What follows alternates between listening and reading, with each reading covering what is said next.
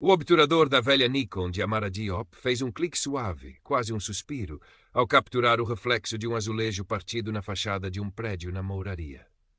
Lisboa, naquele início de manhã de setembro, desdobrava-se em camadas de luz dourada e sombras longas, uma paleta perfeita para quem, como ela, via o mundo através de uma lente. Aos 23 anos, com o cabelo afro a desafiar a gravidade e os olhos castanhos a absorver cada detalhe, Amara carregava a esperança de um novo começo.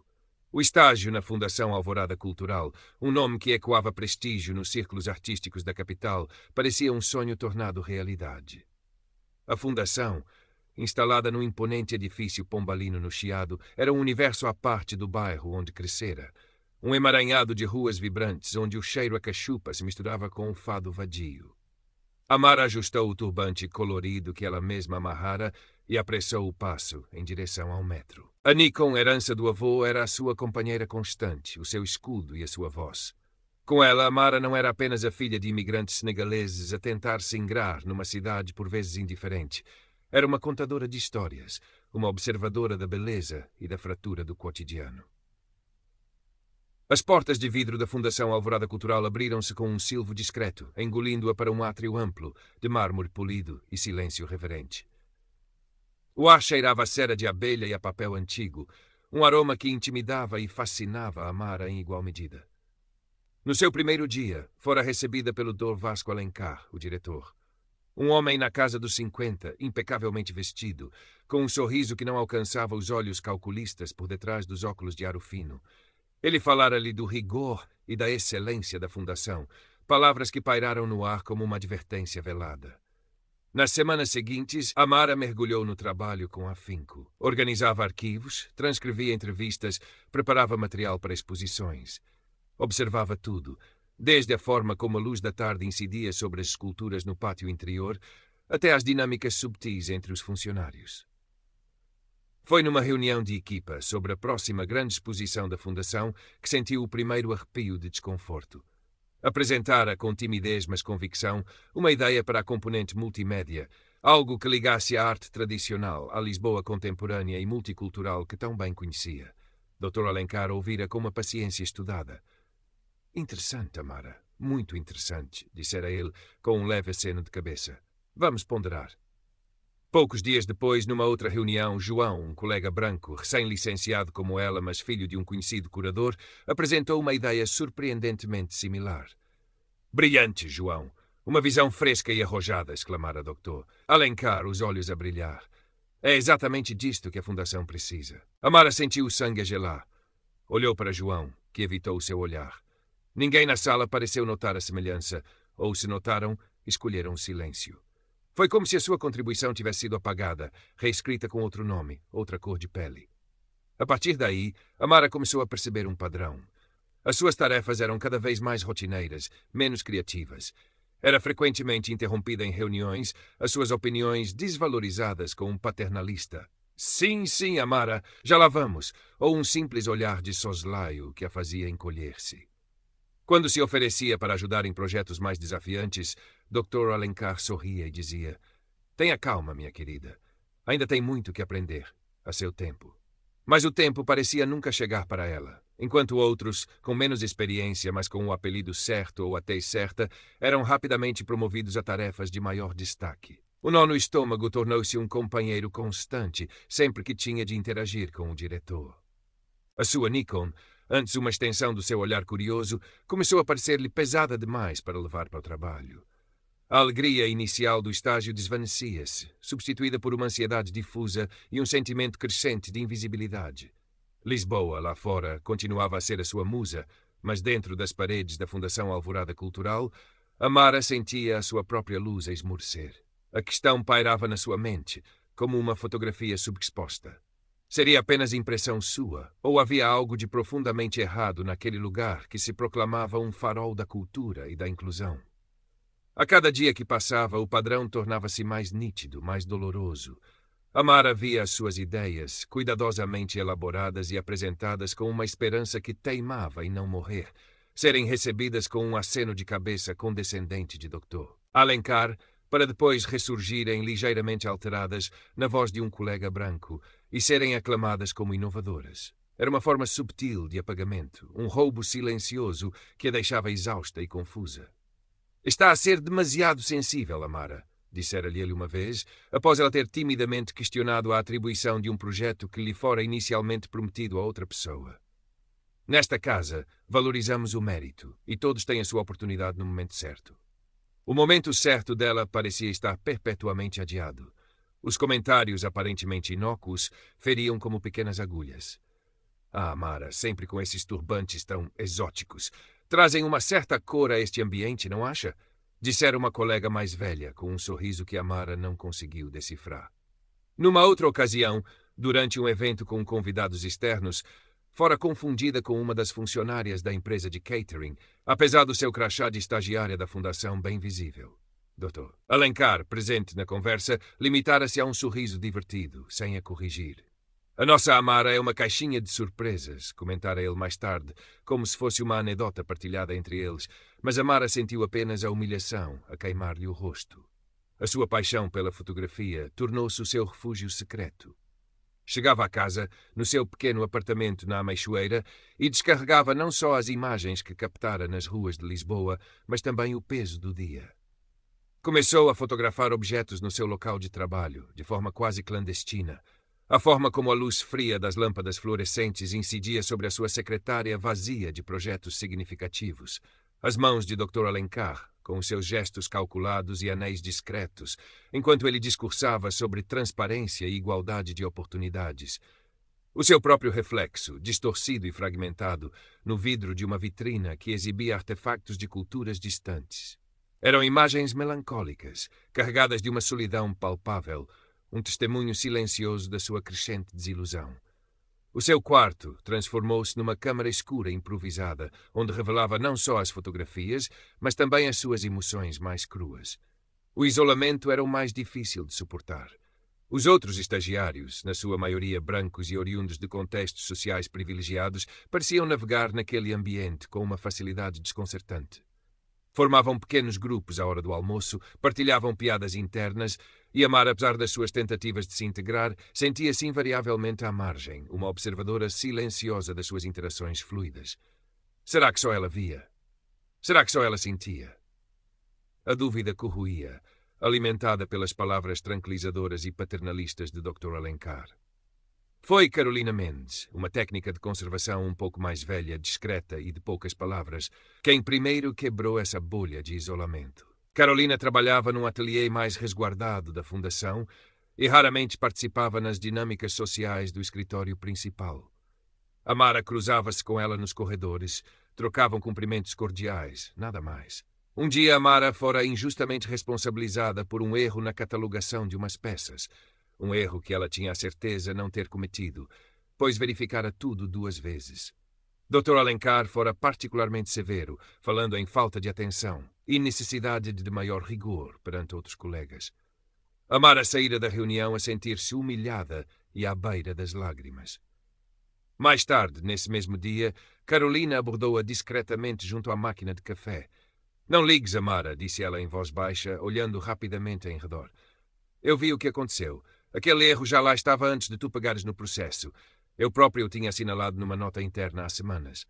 Amara olhou-a, surpreendida. Era a primeira vez que alguém na fundação validava a sua percepção. Por que não disseste nada? Perguntou Amara, a voz ainda a tremer um pouco.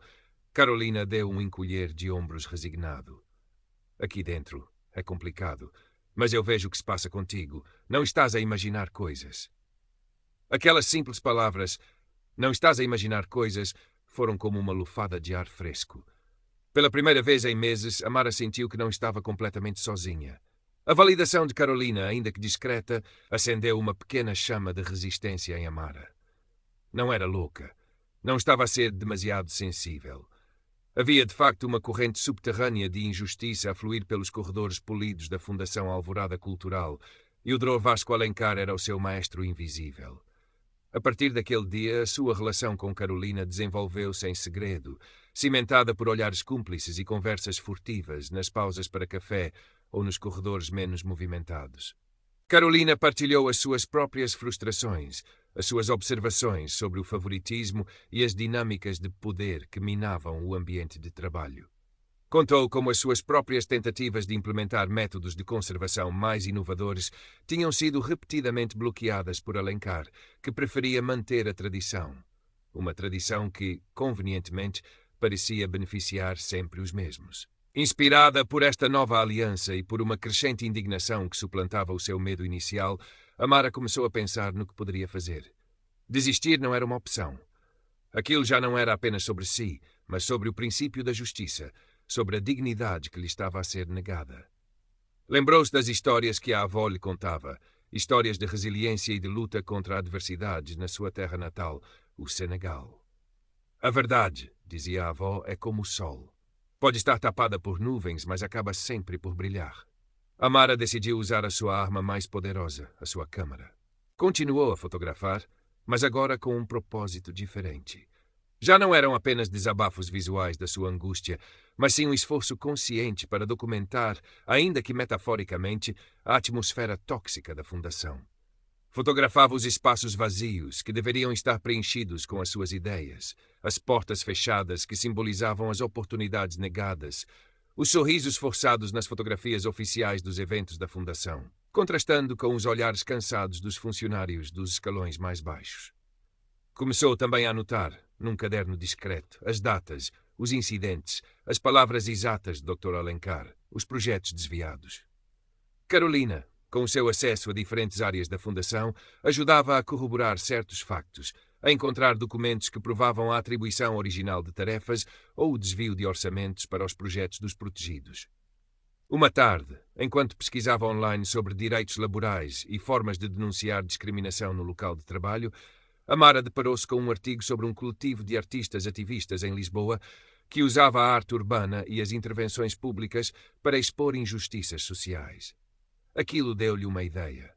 Talvez não precisasse de um confronto direto e formal, que certamente perderia dada a sua posição precária.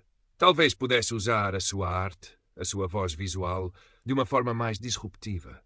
Partilhou a ideia com Carolina, que apesar de inicialmente receosa com as possíveis consequências, acabou por concordar que era uma abordagem engenhosa. Se vamos fazer isto, disse Carolina, com uma nova determinação no olhar, temos de ser inteligentes e temos de ter a certeza de que o impacto será sentido. Nos meses seguintes, Amara e Carolina trabalharam em segredo, planeando a sua intervenção. Amara selecionou as suas fotografias mais poderosas, aquelas que, sem mostrar rostos ou acusar diretamente, transmitiam inequivocamente a sensação de opressão, de talento desperdiçado, de promessas vazias. Carolina ajudou-a a obter informações sobre o próximo grande evento da Fundação, a celebração do seu 20º aniversário, um evento de gala que contaria com a presença de figuras importantes do meio cultural, patrocinadores e a comunicação social. O tema do evento, ironicamente, era Alvorada Cultural, 20 anos a promover a diversidade e o talento emergente. Dr. Vasco Alencar seria naturalmente o anfitrião e o orador principal.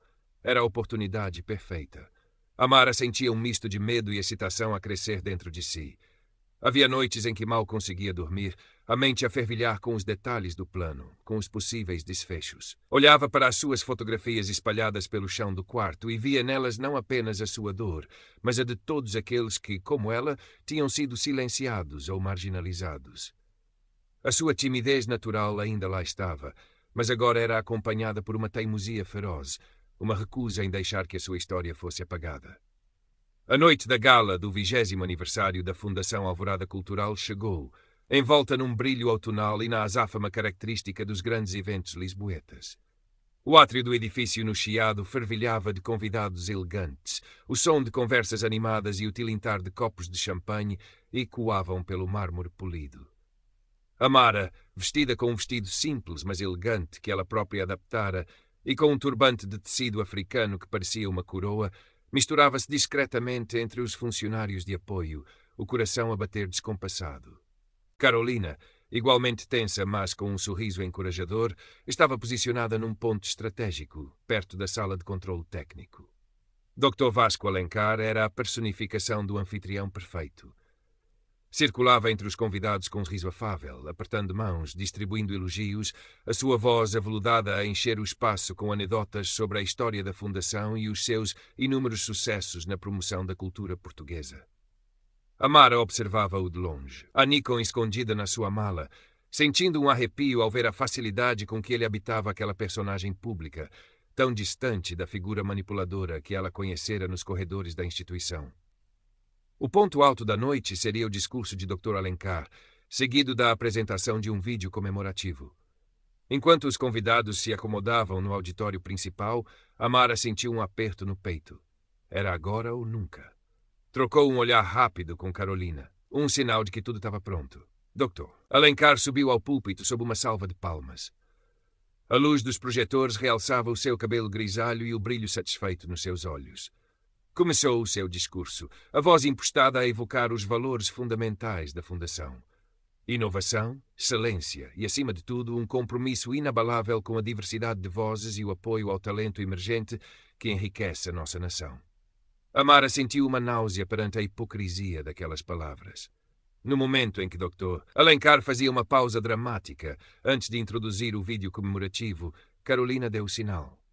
Nos grandes ecrãs laterais do auditório, onde deveria surgir o logótipo da Fundação, começaram a aparecer numa sequência lenta e perturbadora as fotografias de Amara.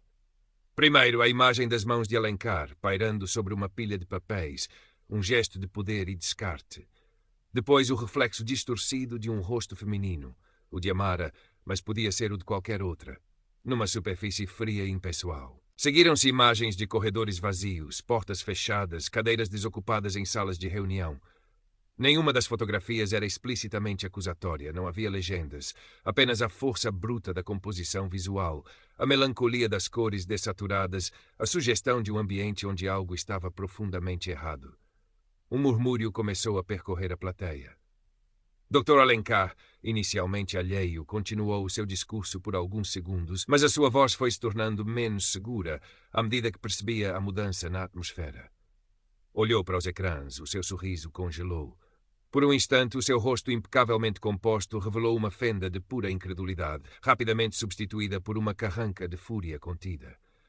As imagens continuavam a suceder-se, agora intercaladas com frases curtas, anónimas, que Amara e Carolina tinham recolhido e sobreposto às fotografias. As minhas ideias nunca são ouvidas. Sinto-me invisível. O mérito aqui tem cor e apelido. Promessas vazias. As frases apareciam e desapareciam lentamente, como sussurros visuais que ecoavam as experiências silenciadas. O burburinho na plateia transformou-se num silêncio pesado, constrangedor. Os convidados olhavam dos ecrãs para Dr. Alencar, cujas faces tinham adquirido uma palidez doentia. Alguns começaram a cochichar entre si, outros pegavam nos telemóveis, talvez a filmar, talvez a procurar explicações. O vídeo comemorativo oficial nunca chegou a ser exibido. A mensagem não dita das fotografias de Amara pairava no ar, mais eloquente e devastadora do que qualquer discurso. A celebração da diversidade tinha-se transformado em poucos minutos na exposição crua da sua ausência. Dr. Vasco Alencar tentou recuperar o controlo. Endireitou a gravata, forçou um sorriso tenso e pigarreou no microfone. Caros amigos, parece que estamos a ter uma pequena interferência técnica, um lamentável contratempo. A sua voz, normalmente tão segura e imponente, soava agora frágil, quase suplicante. Mas ninguém parecia convencido. As imagens nos ecrãs, embora subtis, tinham plantado uma semente de dúvida, uma interrogação incômoda sobre a verdadeira natureza da Fundação Alvorada Cultural. Amara, do fundo da sala, observava tudo com o coração aos saltos, um misto de terror e triunfo a percorrer-lhe as veias. Vira o momento exato em que a máscara de Dr. Alencar vacilara, a surpresa a transformar-se em pânico mal disfarçado. Era uma vitória pequena, silenciosa, mas imensamente significativa. Ela não gritara, não acusara, apenas mostrara. E a sua arte, nascida da dor e da frustração, falara por si. Carolina, da sala de controle, conseguiu interromper a projeção das imagens antes que alguém da segurança do evento pudesse intervir diretamente nos projetores principais, fazendo com que os ecrãs ficassem subitamente negros, o que apenas acentuou o mal-estar e a especulação. O silêncio no auditório era agora denso, palpável. Dr. Alencar balbuciou mais algumas palavras sobre investigar o sucedido e retomar a celebração, mas o ambiente festivo tinha-se evaporado. Alguns convidados começaram a levantar-se discretamente, murmurando desculpas. Jornalistas presentes, que tinham vindo cobrir uma noite de gala, farejavam agora uma história muito mais interessante. Nos dias que se seguiram, o incidente técnico na Fundação Alvorada Cultural tornou-se o assunto de conversa nos círculos culturais de Lisboa. Pequenas notas surgiram em blogs de arte e colunas de opinião, questionando a curadoria do inesperado happening artístico e a cultura interna da prestigiada instituição. Ninguém mencionava o nome de Amara diretamente, mas a mensagem subliminar das suas fotografias tinha sido clara. A Fundação anunciou uma investigação interna exaustiva para apurar as responsabilidades pela interferência não autorizada. Dr. Alencar desapareceu dos olhares públicos, emitindo apenas um comunicado vago onde lamentava o sucedido e reafirmava o seu compromisso com a transparência. Amara sabia que a sua posição na Fundação era insustentável. Não esperou pelo resultado da investigação. No dia seguinte ao evento, apresentou a sua carta de demissão. Entregou-a em mãos a uma secretária visivelmente nervosa, sem pedir para ver Dr. Alencar. Ao sair do imponente edifício pela última vez, sentiu um peso a ser-lhe retirado dos ombros. O ar de Lisboa pareceu-lhe mais leve, mais respirável. Não foi despedida, nem formalmente acusada de nada, mas o seu ato de rebelião artística teve consequências. O seu nome, sussurrado nos corredores, tornou-se para alguns sinônimo de problemática, de ingrata. Mas para outros, especialmente para aqueles que também se sentiam silenciados, tornou-se um símbolo de coragem. Carolina também sentiu a pressão. Foi transferida para tarefas menos relevantes no ateliê de conservação, um castigo não verbalizado pela sua cumplicidade. Mas como disse a Amara quando se encontraram para um café uns dias depois, não me arrependo de nada. Pelo menos abanou-se o sistema. A amizade delas, forjada na adversidade, saíra fortalecida. Amara, agora livre das amarras da Fundação, sentiu uma liberdade agridoce. O futuro era incerto, mas pela primeira vez em muito tempo, sentia que tinha o controle da sua própria narrativa. Decidiu usar o pequeno portfólio de fotografias que criara, aquelas imagens que capturavam a sua experiência na Alvorada Cultural, para contar a sua história. Criou uma pequena exposição online, com o título Invisíveis Visíveis, Fragmentos de Betão e Vidro. No texto de apresentação, não mencionava nomes nem instituições, mas descrevia as emoções, as subtilezas da discriminação no local de trabalho, a luta pelo reconhecimento. Para sua surpresa, a exposição começou a ganhar tração. Outros artistas jovens, ativistas, pessoas que tinham passado por experiências semelhantes, partilharam o seu trabalho. Recebeu mensagens de apoio, de solidariedade. Um pequeno espaço cultural independente, gerido por um coletivo de artistas da periferia, convidou-a para expor fisicamente as suas fotografias. A inauguração da exposição de Amara, Invisíveis Visíveis, no pequeno espaço cultural no Intendente, foi um evento modesto, mas carregado de significado. As paredes, normalmente adornadas com grafite vibrante e cartazes de concertos, acolhiam agora as suas fotografias a preto e branco, impressas em grande formato. Cada imagem, antes um segredo doloroso, era agora um testemunho público. Estavam lá os corredores frios da Fundação Alvorada Cultural, as portas que nunca se abriam para ela, o seu próprio reflexo fragmentado. E no centro da sala, uma nova série de retratos poderosos de jovens negros de Lisboa, os seus olhares diretos e desafiadores, como se respondessem à invisibilidade que Amara sentira. Carolina estava lá, claro, com um sorriso orgulhoso. Alguns dos antigos colegas de Amara na Fundação também apareceram, curiosos, talvez um pouco culpados. Amara viu-os a observar as fotografias em silêncio, as suas expressões indecifráveis. Não houve confrontos, apenas o poder silencioso da arte a preencher o espaço. O Dr. Vasco Alencar não compareceu, como era de esperar. Contudo, as notícias sobre a exposição de Amara chegaram-lhe aos ouvidos. A investigação interna na Fundação Alvorada Cultural concluíra convenientemente que o incidente na gala fora obra de elementos externos descontentes, com o objetivo de manchar a reputação da instituição, ilibando qualquer responsabilidade interna. Mas a mancha permanecia. Alguns patrocinadores discretamente reavaliaram o seu apoio e o nome de Alencar, antes sinônimo de prestígio, passou a ser associado a uma certa controvérsia. O poder dele, embora não destruído, fora definitivamente abalado. A sua arrogância sofrera um golpe do qual dificilmente recuperaria totalmente. Para Amara, a exposição não era um ato de vingança, mas de recuperação. Recuperação da sua voz, da sua história, da sua dignidade. As conversas que as suas fotografias geravam, os debates sobre o racismo institucional e as microagressões no cotidiano eram a verdadeira vitória. Ela descobriu que a sua experiência, longe de ser um caso isolado, ecoava em muitos outros. Nos meses que se seguiram, Amara continuou a fotografar, a explorar as complexidades da identidade e da pertença na Lisboa multicultural. Recebeu um pequeno subsídio de uma organização que apoiava artistas emergentes e começou a trabalhar num novo projeto, desta vez focado na resiliência e na criatividade das comunidades imigrantes nos bairros periféricos da cidade. O seu bairro, a sua gente. A sua lente, antes focada na sua própria dor, virava-se agora para a força coletiva. Não voltou a procurar emprego numa grande instituição. Em vez disso, trilhou o seu próprio caminho, colaborando com outros artistas independentes, dando workshops de fotografia a jovens dos bairros, usando a sua arte como uma ferramenta de diálogo e transformação social. A sua timidez inicial não desaparecera por completo, mas agora era acompanhada por uma confiança serena, a confiança de quem conhecera o fundo do poço e encontrara a força para emergir. Carolina permaneceu uma amiga e aliada leal. Embora a sua progressão na Fundação Alvorada Cultural tivesse estagnado, encontrou outras formas de fazer a diferença, juntando-se a um grupo de trabalho interno, criado mais por pressão externa do que por convicção da direção, que visava, pelo menos no papel, melhorar as políticas de diversidade e inclusão.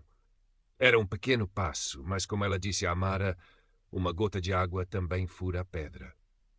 Numa tarde de primavera, Amara regressou ao Chiado. Não para visitar a Fundação Alvorada Cultural, mas para se encontrar com um jornalista interessado em fazer uma reportagem sobre o seu trabalho. Enquanto esperava num café, observando o movimento elegante daquela zona nobre da cidade, viu ao longe a figura de Dr. Vasco Alencar a sair de um carro oficial. Ele parecia mais velho, o vinco de preocupação na testa mais acentuado. Os seus olhares não se cruzaram. Amara sentiu, não ódio nem rancor, mas uma espécie de paz distante. Ele já não tinha poder sobre ela. Pegou na sua Nikon, a velha companheira, e focou a lente, não em Alencar, mas num grupo de jovens turistas que riam enquanto tiravam selfies junto à estátua de Fernando Pessoa. Havia outras histórias para contar, outras luzes para capturar. A sua luta pessoal na Fundação Alvorada Cultural tinha sido um capítulo doloroso, mas também um catalisador. Ensinara-lhe que, mesmo no silêncio imposto, a arte podia ser um grito. E que a justiça, por vezes, não se encontra nos grandes tribunais ou nas investigações formais, mas na coragem de um indivíduo em expor a sua verdade, por mais frágil que esta pareça. A reportagem sobre o trabalho de Amara saiu algumas semanas depois, numa revista cultural de circulação nacional. Não se focava no escândalo da Fundação Alvorada Cultural. Essa história já tinha sido digerida e, como tantas outras, começava a desvanecer-se na memória coletiva da cidade. Em vez disso, destacava a sua ascensão como uma nova voz na fotografia portuguesa, a sua capacidade de capturar a poesia do cotidiano e as narrativas invisíveis de Lisboa.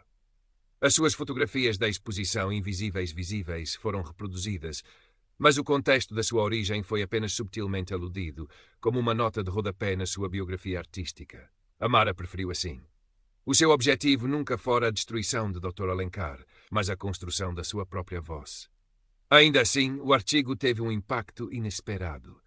Chegou às mãos de membros do Conselho de Curadores da própria Fundação Alvorada Cultural, alguns dos quais mais progressistas e genuinamente preocupados com a imagem da instituição após o incidente, já se sentiam desconfortáveis com a liderança de Alencar. A subtileza da reportagem, ao focar-se na arte de Amara e na sua resiliência, tornava a crítica implícita à Fundação ainda mais contundente. Não era um ataque direto, mas um espelho que refletia uma oportunidade perdida, um talento que fora marginalizado em vez de nutrido. Nos bastidores, a pressão sobre Dr. Vasco Alencar aumentou. Não houve um despedimento ruidoso, nem um escândalo público que o forçasse a sair.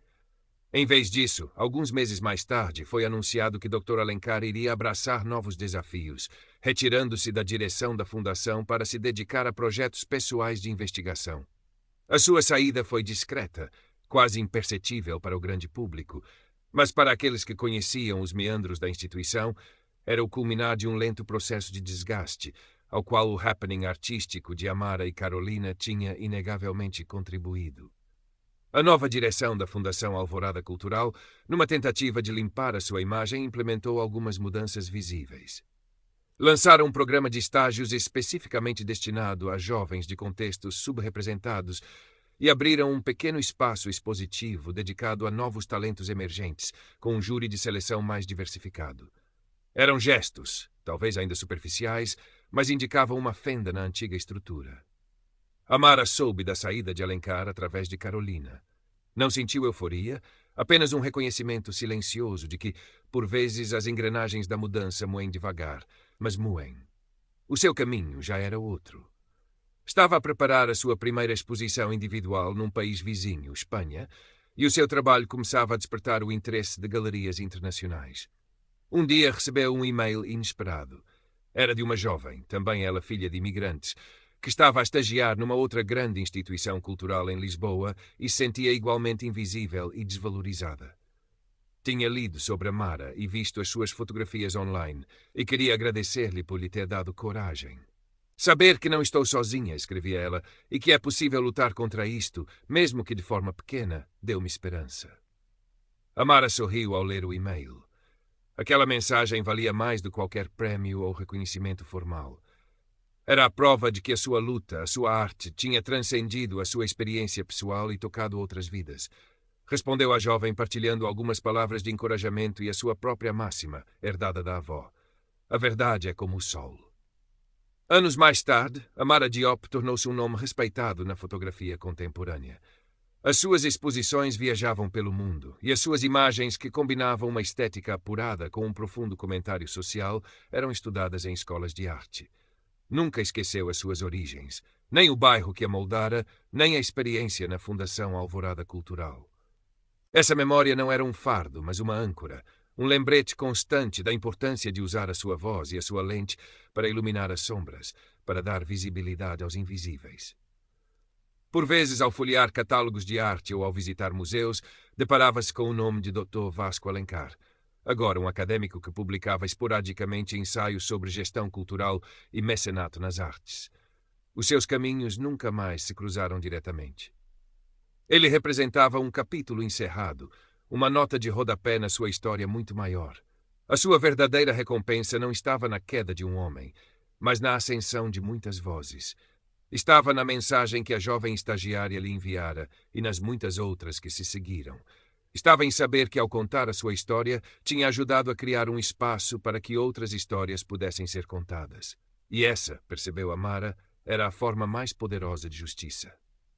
A sua Nikon continuava a clicar, capturando fragmentos de luz e de verdade, numa Lisboa que, como ela, estava em constante transformação, sempre a aprender, sempre a lutar por ser um pouco mais justa, um pouco mais visível para todos. O sol de fim de tarde coava-se pela janela do seu estúdio, um espaço amplo e luminoso num antigo armazém recuperado na zona do Beato, bem diferente do pequeno quarto na Ameixoeira onde tudo começara. As paredes estavam cobertas de fotografias, retratos expressivos de moradores do seu bairro, paisagens urbanas que capturavam a alma de Lisboa e algumas das imagens mais icónicas da sua série Invisíveis Visíveis, agora reimpressas com uma nova dignidade, libertas da urgência da denúncia e apreciadas pela sua pungente beleza artística. Amara preparava uma nova exposição, uma retrospectiva do seu percurso. Enquanto revia as suas primeiras fotografias, aquelas tiradas nos corredores da Fundação Alvorada Cultural, sentiu uma onda de emoções complexas. Havia a memória da dor, da frustração, mas também um profundo respeito pela jovem que fora. Aquela Amara de 20 e poucos anos, que apesar do medo, ousara desafiar um sistema que parecia inabalável. Sorriu ao pensar na sua ingenuidade, na sua audácia quase imprudente e na força inesperada que descobrira em si mesma e na aliança com Carolina. Carolina, aliás, estava a chegar. Tinham combinado encontrar-se para celebrar. Não uma data específica, mas a vida, a amizade, as pequenas e grandes vitórias que iam conquistando. Carolina saíra da Fundação Alvorada Cultural pouco tempo depois da reforma antecipada de Alencar. Cansada do ambiente estagnado, decidira arriscar e, com outro colega conservador-restaurador, abrir um pequeno ateliê independente que, aos poucos, ganhava reputação pela qualidade e rigor do seu trabalho. Às vezes é preciso abanar as próprias estruturas, dissera ela a Amara, piscando o olho. Quando a campainha tocou, Amara abriu a porta a uma Carolina radiante que trazia uma garrafa de vinho verde e um queijo da serra. Então, Artista de renome internacional, brincou Carolina, abraçando-a, pronta para brindar ao passado que nos fez quem somos e ao futuro que ainda vamos pintar. Sentaram-se junto à janela, com Lisboa a estender-se aos seus pés, um mosaico de telhados e colinas sob a luz dourada. Conversaram sobre tudo e sobre nada, como só os velhos amigos conseguem. Relembraram, com um misto de humor e incredulidade, os tempos da Operação Alvorada, como tinham apelidado secretamente o seu plano de intervenção na gala da Fundação. Lembras-te do pânico na cara do Alencar quando as tuas fotos apareceram? Disse Carolina a rir. Acho que nunca o vi tão pálido. Parecia que tinha visto um fantasma. Talvez tenha visto, respondeu Amara pensativa. O fantasma de todas as vozes que ele tentou silenciar. Falaram sobre a nova direção da Fundação. Algumas coisas tinham mudado para melhor, outras permaneciam na mesma.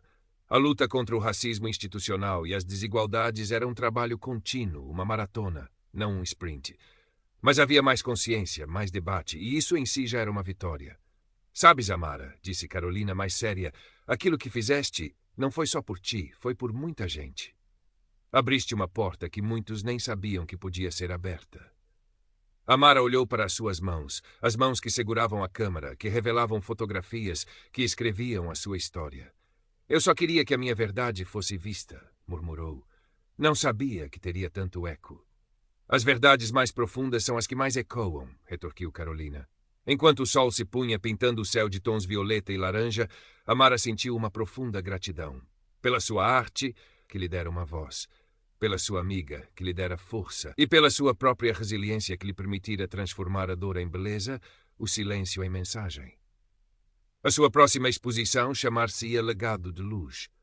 Não seria apenas sobre o seu percurso, mas a luz que cada pessoa carrega dentro de si.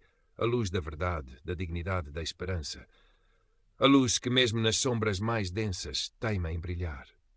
E Amara Diop, a fotógrafa que um dia se sentira invisível, estava agora pronta para partilhar essa luz com o mundo, uma imagem de cada vez.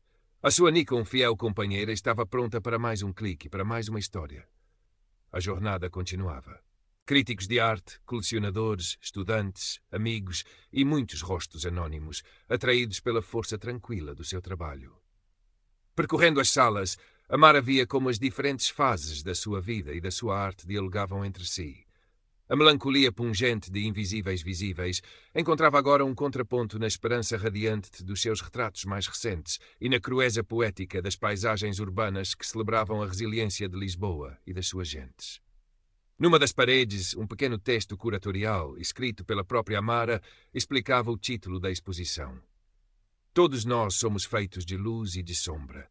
O legado que deixamos não é apenas a luz que irradiamos nos momentos de triunfo, mas também a forma como navegamos e transformamos as nossas sombras. Que esta exposição seja um convite a reconhecer e a honrar ambas. Carolina estava lá, claro, a transbordar de orgulho. E numa surpresa que comoveu Amara profundamente, um grupo de jovens do bairro onde ela crescera, agora adolescentes e jovens adultos, muitos dos quais tinham participado nos seus workshops de fotografia, também marcaram presença. Olhavam para as suas fotografias com uma admiração que ia além da técnica. Viam nelas um reflexo das suas próprias aspirações, a prova de que era possível transcender as circunstâncias e deixar uma marca. Um desses jovens, Tiago, que Amara conhecera como um miúdo tímido e que agora se revelava um fotógrafo promissor, aproximou-se dela. Amara, disse ele, os olhos a brilhar, ver o teu trabalho aqui. É como se também estivéssemos todos nós aqui contigo. Mostraste-nos que a nossa história, a história do nosso bairro, também importa, também é arte. As palavras de Tiago foram para Amara mais valiosas do que qualquer crítica elogiosa. Era aquele o verdadeiro legado. Inspirar outros a encontrarem a sua própria luz, a contarem as suas próprias histórias. Ao longe, perto da entrada, Amara avistou uma figura que lhe pareceu vagamente familiar. Um homem mais velho, de porte distinto, observava uma das suas fotografias mais antigas, uma imagem particularmente sombria dos corredores da Fundação Alvorada Cultural.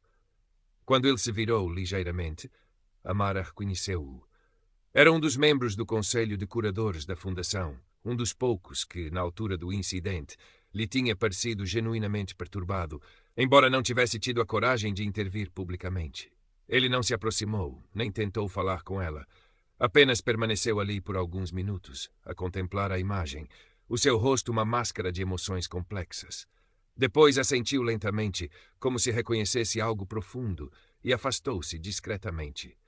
Para Amara, aquele gesto silencioso foi uma espécie de fecho de ciclo. Uma admissão tácita de que a verdade, por mais tempo que demore, acaba sempre por encontrar o seu caminho. A noite terminou com Amara rodeada pelos seus amigos, pela sua comunidade, pelas pessoas que a tinham apoiado e que agora celebravam com ela. A sua jornada fora longa e, por vezes, árdua. Mas, ao olhar para trás, não via apenas as sombras da discriminação e da injustiça. Via, sobretudo, a luz da resiliência, da amizade, da arte que cura e que transforma. Nos dias que se seguiram à inauguração, Legado de Luz recebeu uma cobertura mediática expressiva. Os críticos destacaram a maturidade da sua visão, a sua capacidade de transformar o pessoal em universal. Mas, para Amara, o mais gratificante eram as mensagens que recebia de pessoas comuns, que se reviam nas suas imagens, que encontravam nelas um espelho das suas próprias lutas e esperanças. A sua velha Nikon, a que pertencera ao avô, estava agora em exibição numa pequena vitrina da exposição, ao lado de uma das suas primeiras fotografias premiadas. Era um objeto carregado de história, o símbolo do início da sua jornada. Mas Amara já não dependia apenas dela. A sua visão estava agora gravada na sua alma, e o mundo inteiro era sua tela. E ela sabia, com uma certeza tranquila, que ainda havia muitas histórias para contar, muitas luzes para revelar. O legado estava apenas a começar.